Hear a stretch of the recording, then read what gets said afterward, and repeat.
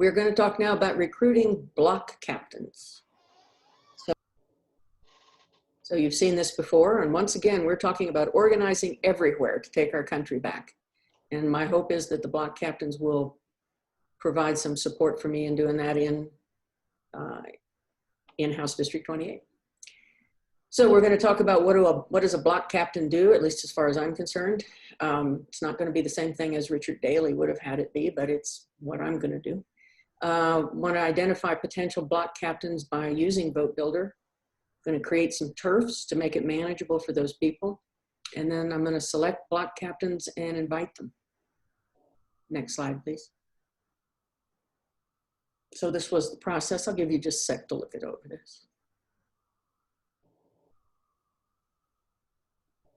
Because we're going to get into this in some detail. Let me ask, has anybody been a block captain?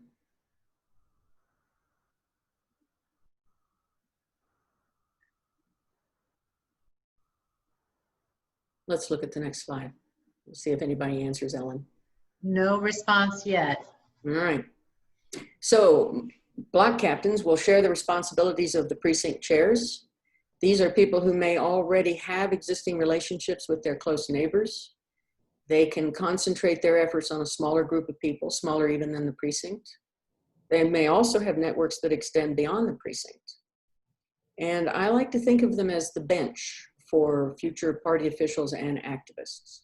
So I think if you can get folks engaged, and we may all remember what this was like. We might not have been block captains, but at some point we sat down at a phone bank and made a call for a candidate or for an issue. And that may have been the very first thing we did. I think, I'm trying to remember, before any of that, I was living in the central coast of California. I was living in Paso Robles, California.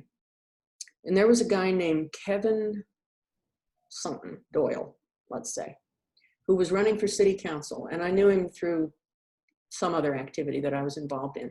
And I started going door to door. It was my first door knocking for Kevin Dolan, and to be a city councilman. And that was the beginning of my political engagement.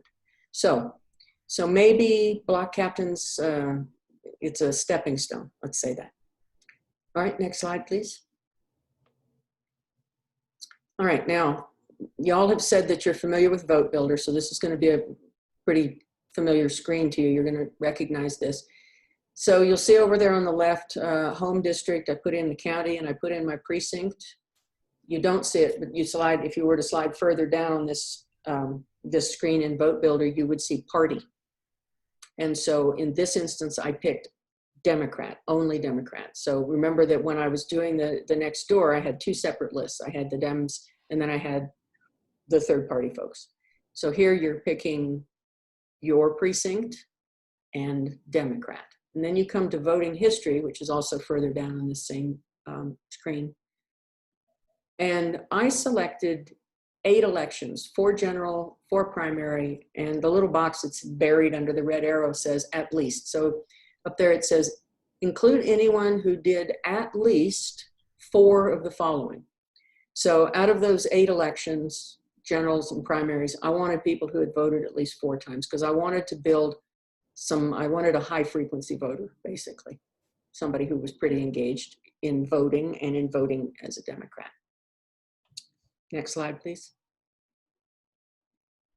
So then you're going to cut turf, and the little security blue speckledy panel down there shows a bunch of names that are the registered Democrats in my precinct. And the map, you know, Vote Builder gives you a map, excuse me.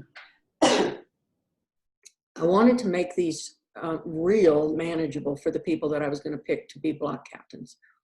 So if you look at the legend, you will see that Turf 3 has 12 voters in 10 houses. That's very, very reasonable. Now Turf 5 looks like 46 voters in 38 houses. That's a little bit bigger. But I have 7 turfs cut out of my precinct very walkable neighborhoods. I looked to make sure that I wasn't having anybody dead end on any particular street, or, you know, I'm bounded by Candelaria and Manal, so it wasn't, and Tramway and the foothills.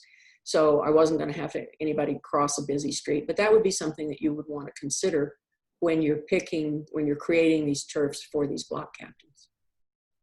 Let me pause here, just see if there's any questions. No questions. All right.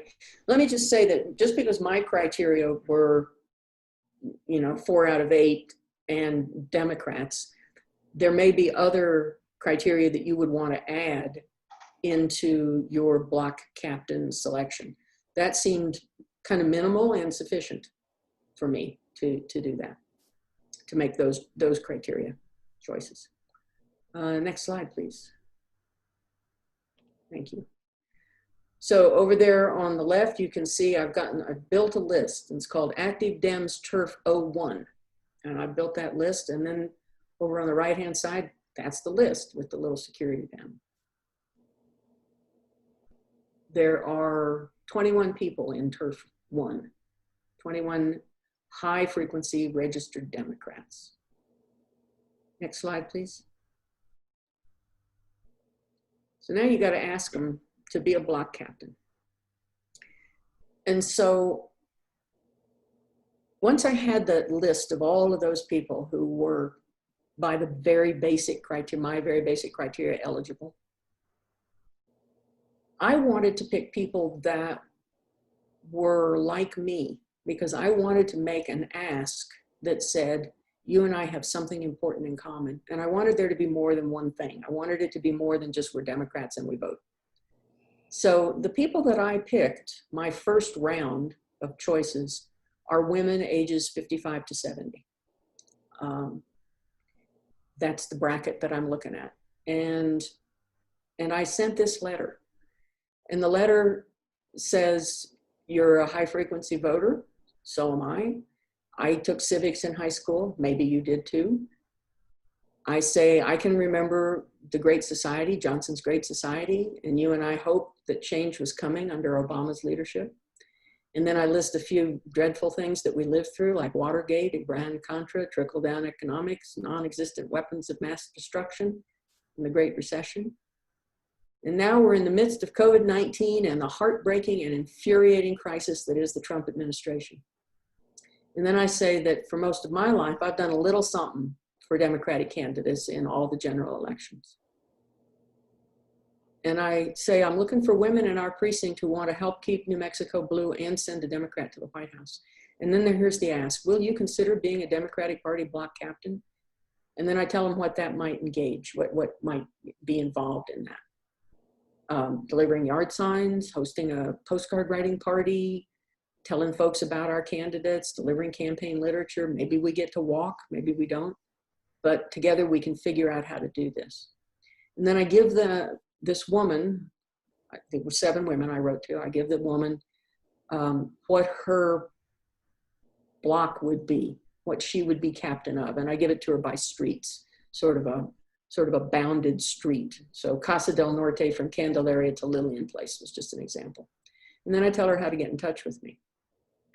And then I provide a little urgency. I say, I am eager to get the team in place so that we can hit the ground running as soon as possible. And if you're not interested, please let me know that too. So the letter includes a connection. You and I have something important in common, a specific ask, will you be a block captain, and some urgency. I'm eager to get going on this. Next slide, please. So if your first choice doesn't respond to the letter, call her. I actually texted her. I got one response right away. Yes, I want to do this. I'm eager. Let's do it. I got 3 women who said, one simply said no, nicely, but no. One whose husband is sick, and she said no, she can't. And one who said she has just had a boatload of stuff going on, but she'll be ready in September. So I don't want to wait till September to get her as a block captain, but I'm not going to forget about her either. So with those 3 declines, I went back to my list. I'm going to pull something up. Hang on a second. Let me show you something.